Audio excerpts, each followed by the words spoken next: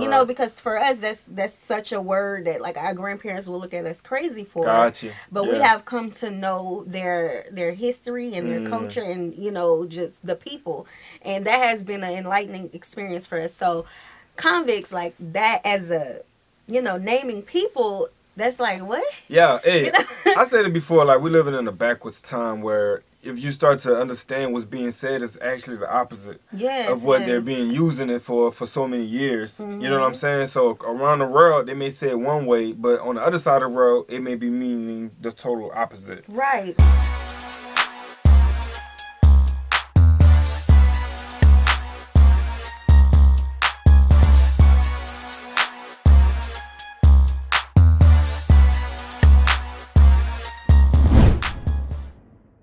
What's good, y'all? It's the Democrats React, and we're back with another video. Who we got today, C? Today we're back with another American Reaction. Super excited about this video. If you're new to us and we're new to you, make sure you scroll down, hit that subscribe button, and turn on the post notification bell because we're on the road to 200K.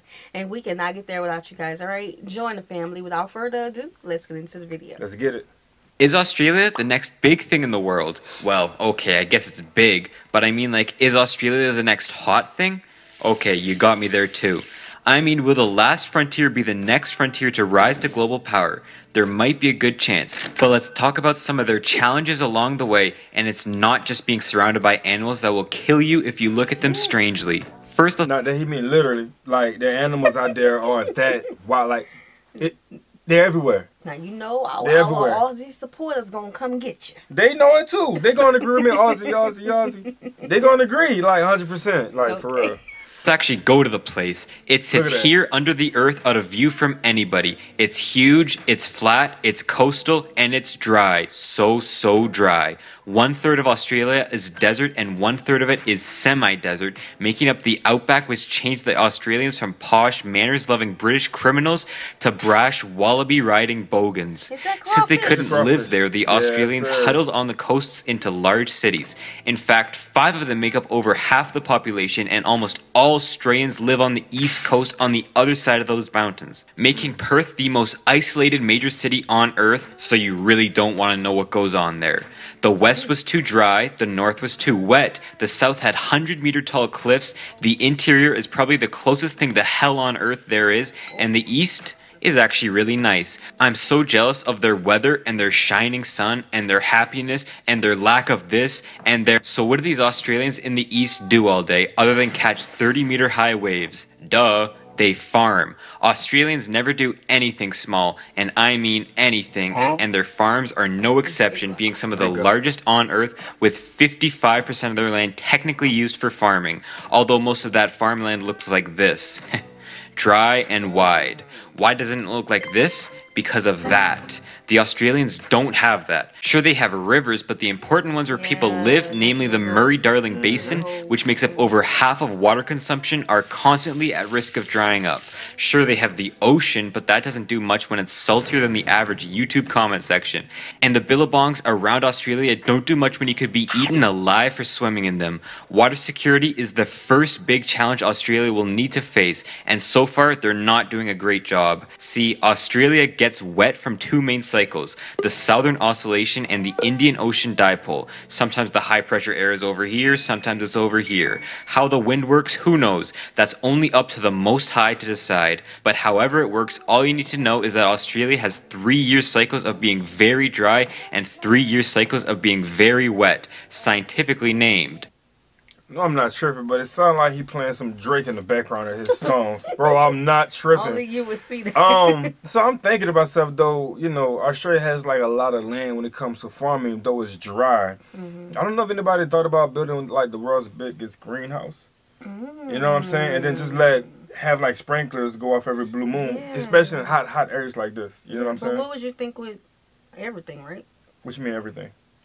Which crops and plants and things. That'll be for the farmer to decide on what the people are mostly consuming at that time. Yeah, I wonder what is like the crops that they're really known for. Because, you know, like in our area, we're known for sugar cane and cotton and all that. So Right. Big facts. But yeah, I want y'all to hear that, bro. I'm not tripping. The long dry and the big wet. This is how rain generally comes, not by the seasons but by the long and the wet. That's a huge problem for water security during the dry cycles, which have more recently been looking like a contest to burn the most animals possible. But the thing is, Australia has a lot of land and not a lot of people, so they make a ton of food and end up shipping it off to the world.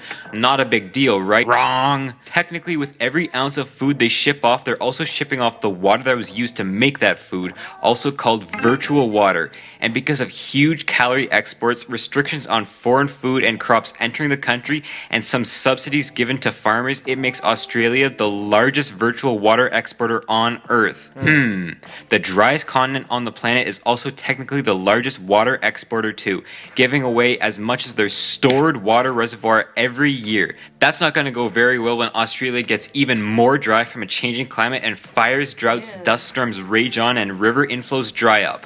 Yes, okay, so we have been noticing a lot of different changes in the climate, like in our region. Like, I have never known for our home state to ever have wildfires. Facts. That wasn't like from, you know, burning of the crops. But now it's a scary thing. So it is one of like the things that y'all have been noticing with the climate change. Yeah. Especially since y'all location. I would love to know like what's going on around there. Yeah, you never hear like wildfires happening in Australia though. Yeah, I haven't. I mean, heard I've anything. never heard anything unless it's something that goes down and that's just something you know about. But I mean, Yeah, I don't know never what heard. kind of like natural disasters do they deal with down there. I don't know. I mean, so far it's just the heat, because you guys even said in the comment section like the heat is The heat is hot. Y'all said it's gonna burn us. Facts, yeah, basically. We'll definitely bring our sunscreen for that. Okay.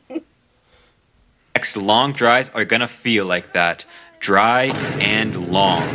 Or as the Australians would say, stiff and iffy. Australia has some pretty unique slang. You know, Barbie, not barbecue, doggo instead of dog, bogan instead of hoser, instead of friend, gnarly, g'day, dollary dues. It can sometimes seem like a whole new language. It's not, but why not learn a new language with Speakly? Speakly isn't like other language learning apps, teaching you the alphabet for hours and hours and hours and hours before seeing a single word. Speakly teaches real sentences you'll use in real conversations. Only 30 minutes of practice a day will take you from 我喜欢冰淇淋 to 两个礼拜以后，速度与激情就 or at least you can do that with Right. any of these languages. But while they might not have the most languages, the quality of learning is unlike any other app. Literally made by two polyglots fluent in all of these. Just go on your phone or laptop and speak, write, listen, or even get music recommendations in your language of choice. Try it out for free for 7 days, and if you love it, get a 60% discount on an annual membership with the link below. Thank you to Speakly for sponsoring this video. Did you know Australia was made when Britain couldn't send their prisoners to America anymore because of, you know, that whole thing? And they couldn't send them to Africa because the tropical diseases were seen as too harsh for even murderers to live through, so they sent them here. And then they looked around and realized there was nothing, and it was kind of hard to build a city from nothing. So they gave the prisoners economic freedom to go get a bag and build this new country. There was still some beef between the ex-convicts and the elites until the 1850s in a gold rush where a monopoly was tried and failed, so now anyone can go and get rich. Ugh, I guess these convicts now deserve real rights, so they got them. And boom, there's the whole colonial history of Australia with independence given in 1901. Okay, so for the convicts are similar, like it's a culture. And some of you, a few of you have commented that y'all wish that we would cover the real history of the convicts. We did cover the gold mine history, but y'all wanted that stigma off, and y'all wanted us to know more about the convicts. We don't know nothing about the convicts. So y'all gotta tell us in the comment section, and y'all gotta send us the videos that y'all think is more appropriate and more accurate to tell us who the convicts are.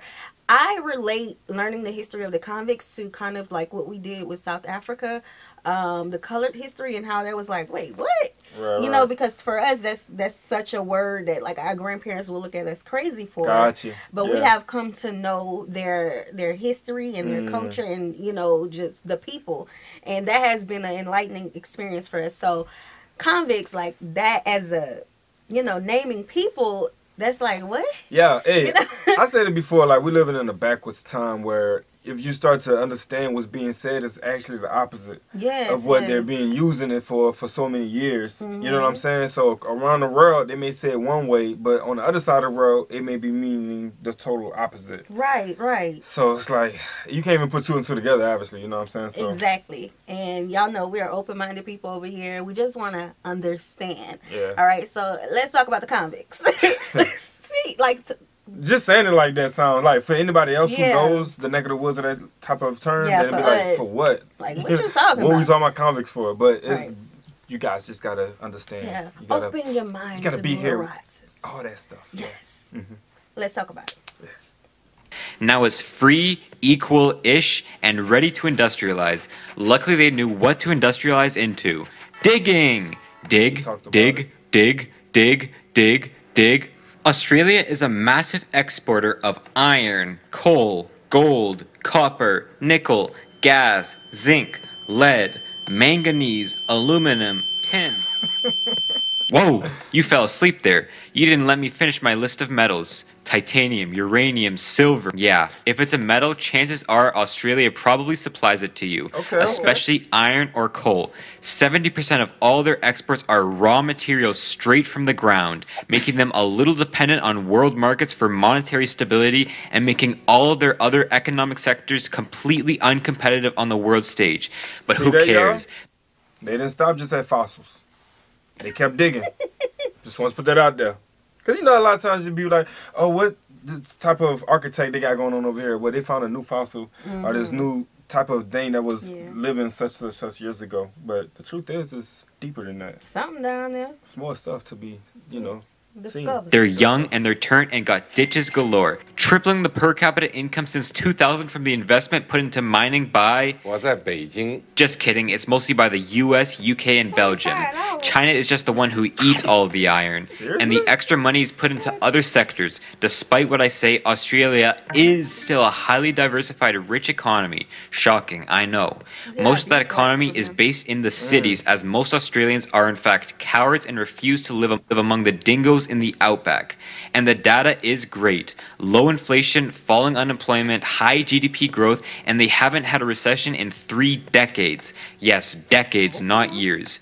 Most of the growth coming from new immigrants coming into the barren land or feeding metal to these Asian countries who seem to never get full. What about credit? Oh, there's the problem they're hiding in their perfect, shiny economy.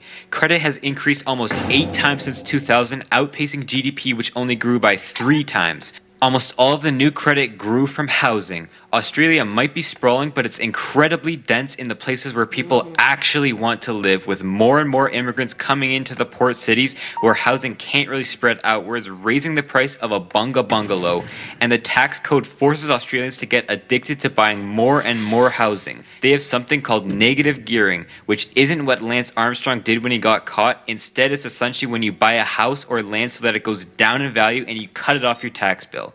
About 20% of Australians have an extra property for investing. Rich guys, I respect it, they just want to make some money, but the main consequence is Perth being the most affordable major city in Australia. By the way, Perth was also in the top 20 most unaffordable cities on Earth in 2021, so you Wow, can imagine what a how flip. the other cities are doing.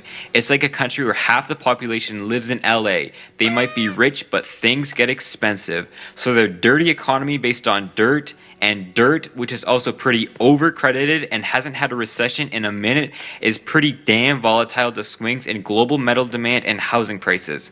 Next time they do have a recession, I wouldn't expect it to be cute like this little koala. I'd expect it to be more...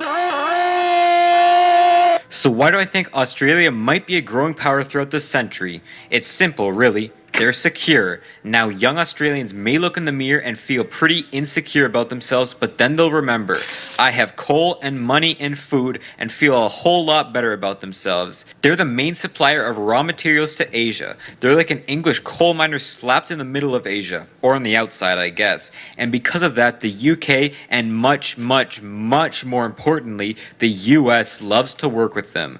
Australia is in pretty much every Pacific Defense Treaty the US and friends make, and they are huge suppliers of weapons and military technology to each other. The day the Americans abandon the Australians is the day the Americans switch from God-loving freedom to the metric system. The people who say Australia is going to have to choose between the US and China one day are wrong. Australia has already chosen the US. China is only one of their buyers, a pretty big one, but it's still only one of them. If China slows down in growth and demand for ground sledge falls, maybe from their anciently aged population or insane lockdowns, the Aussies surely will too. But they still have India and Southeast Asia to sell to who are ready to grow and don't seem to be bothered with environmental ethics. And if they slow down exporting or making Tim Tams and roux sausages to keep some of their water drinkable, they can get some extra food from New Zealand, who seems to be the identical twin of Australia, except with mining switched to agriculture. Plus, Australia will never, ever, ever run out of energy, having some of the the largest coal reserves, and whenever that gets too unpopular for energy, it's legitimately the best place on earth to put solar and wind farms in the empty, cloudless, flat outback. Cheap, abundant, and practically free energy could mean more manufacturing at home. Why not make some steel plants, being a massive exporter of the two main materials, iron and coal after all? Steel factories are good for young boys. I remember my first molten steel spill. Yup. Oh no. Turned me into a man. They definitely have the room to grow and let more blokes in, especially in smaller towns, being one of the least densely populated, most desolate countries on earth. That's why they'll have a great future. They're small and rich and vast with room to grow, and everything they need they have and is secure. Food, materials, energy, capital, defense, just not water unless you're talking gnarly waves. It's boring, it's slow growth, and it's not exciting per se, but exciting for a country usually means something like... Man, oh man, make sure you guys check his channel out. Australia seems like, he did mention that it's slow to growth, but they have locations where you can have like some of the best housing, most expensive areas. I mean, You know what I I'm think saying? that's subjective though. Like, No, I hear that's his that. opinion. Yeah, you're right. But There's a it's lot like, going but they on. got so much space, so much space. Like, for instance, dirt is the main resource that people need when it comes to just building, right? For housing and hot. foundation. It's hot. Facts. You got all that space with solar panels, right? Solar panels is a big thing when it comes to energy. You got all that space for that, so you can just set up shop with that and just make millions off of that. Yeah, That way, for real though. and a whole lot more other stuff that I can dig into. But hey, Man-made lakes, man-made river could do something. to connect. You know, hmm start watering the dirt. One of the biggest greenhouses Put in the some world. turf down. Turf Build down? a house in the middle. Man. Ideas, bro. Ideas. Yeah. But hey, we Yeah. just know a little bit of just enough, just to know a little thing or two. So Yes, we always have innovative ideas. yeah, facts. Alright, so we hope you guys enjoyed this video with us. Like this video, subscribe, turn on the post notification bell. We have enabled our Super thanks. if you like to support the channel that way, as well as our reaction request form is in our description Description box box below. We'll see you soon. Peace.